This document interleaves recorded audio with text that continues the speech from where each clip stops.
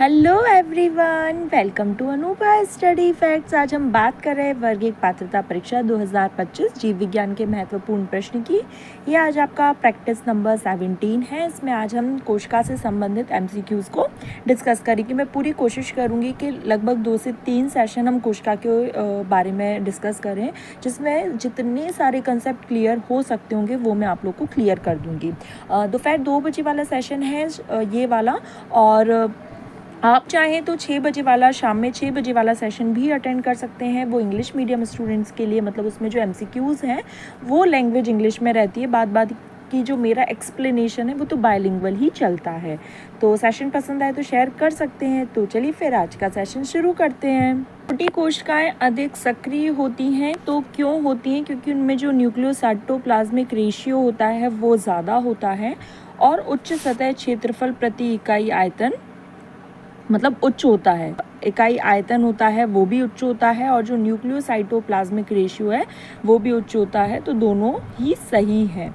छोटी कोशिकाएं अधिक सक्रिय इस वजह से होती हैं। आधुनिक कोशिका विज्ञान के जनक कौन है? तो स्वानसन है। श्लीडन एंड स्वान से आप क्या याद रखेंगे? इन्होंने सेल थ्योरी दी थी।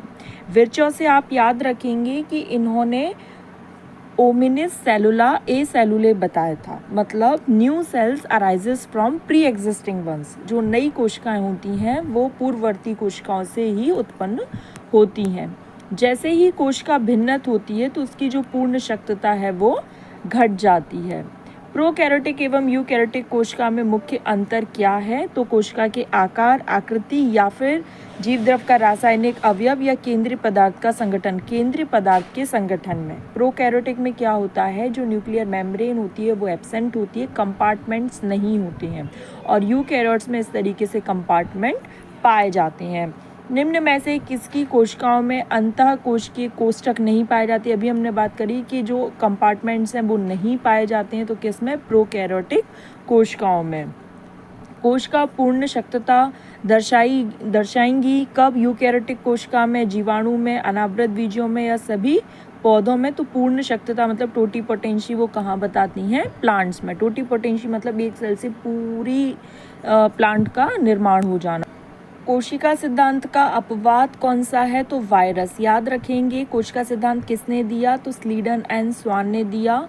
और ये याद रखेंगे कि वायरस इसका अपवाद है। ठीक है।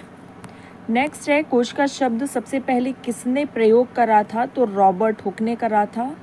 और रॉबर्ट हुक की कौन सी किताब है? तो माइक्रोग्राफिया। किताब का नाम बहुत ज़्यादा इम्पॉर्टेंट है। और इन्होंने जो डिस्कवरी करी थी वो डेड सेल की थी। कॉर्क में इन्होंने कंपार्टमेंट्स देखे जिसमें इन्होंने उसको सेलुला नाम दिया। फिर ये डेड वाली बात जब भी आएगी तो रॉबर्ट हुक लगाएंगे आप। एंटोनी वॉन ल्यूवेनहॉक ने लिविंग सेल की डिस्कवरी की थी। फिर इन्होंने बैक्टीरिया, स्पर्म, इसकी भी खोज करी। रॉबर्ट ब्राउन ने केंद्रक की खोज की थी। विज्ञान की वह शाखा जिसमें कोशिका की संरचना का अध्ययन करते हैं कोशिका विज्ञान या साइटोलॉजी कहलाता है। कोशिका सिद्धांत को किसने प्रतिपादित करा? मैंने आपको अभी बताया था, स्लीडन और स्वान ने।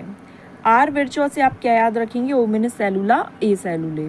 रॉबर्ट हुक से आप याद रखेंगे सेल की डिस्कवरी की थी इन्होंने। और याद रखेंगे कि किस किताब में इन्होंने इस चीज़ का वर्णन किया है? तो माइक्रोग्राफिया में। यह सिद्धांत किसने दिया कि नई कोशिकाएं पूर्ववर्ती जीवित कोशिकाओं से बनती हैं? अभी एक्सप्लेन करा था विर्चो ने। ये सब विर्चो ने बताया था। और केंद्रक की खोज किसने की थी? तो ब्राउन ने। एक परिपक्व पादप कोशिका में क्या होता है? तो कोशिका भित्ति होती है, रिक्तका, जीवद्रव, तो उपरोक्त तो सभी सब चीज़ें होती हैं। कोशिका को जीवन की आधारभूत इकाई क्यों मानती है? क्योंकि सबसे छोटी है, वृद्धि करती है, उपापचयी, स्वनियमन एवं स्वीदुगरण दर्शाती है, रेप्लिकेशन दर्शाती है। मीजियोकैरियोटिक कोशिकाएं वो होती हैं जिसमें केंद्रक तो उपस्थित होता है लेकिन हिस्टोन प्रोटीन अनुपस्थित होते हैं। कोष्ठीकरण पाया जाता है। तो उपरोक्त सभी will be the correct answer. ऐसी कोशिकाएं जिसमें हिस्टोन प्रोटीन, केंद्रीय कला, केंद्र के झिल्ली, कोशिकांग सब अनुपस्थित हैं तो प्रोकैरियोटिक। कोशिका जितनी छोटी होगी उसकी उपापचयी रूप से वो उतनी ज़्यादा सक्रिय होगी।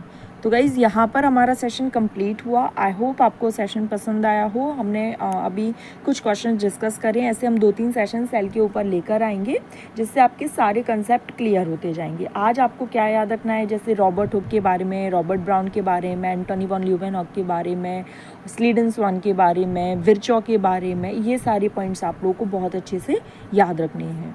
तो फिर चलिए हम अपने नेक्स्ट सेशन में मिलते हैं। Thanks for watching this video.